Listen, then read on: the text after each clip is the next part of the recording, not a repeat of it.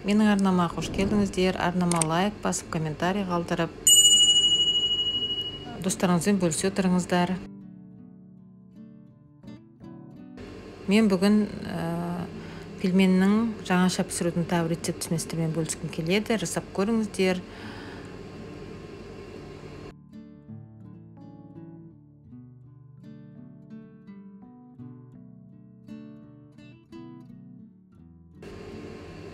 Ол үшін осылай 4 түйір помидорды алдым мен. Бөліктерге бөліп турап дайындап алдым.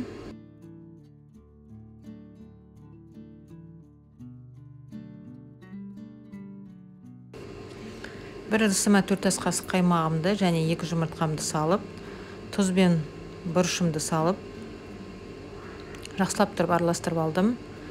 Және 30 мл-дей кәдімгі үй температурасына тұрған суды құйдым.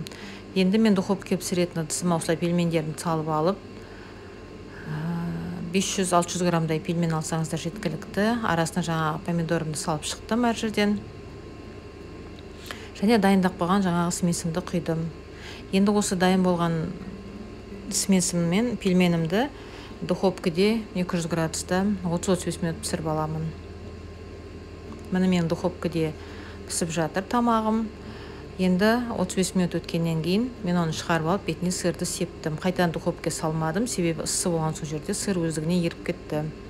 Міне осындай тамақ шықты. Дәмі өзгеше болады. Суға піскен пельменнен гөрі арасында үстіп, пельменді жасап жеп көріңіздер.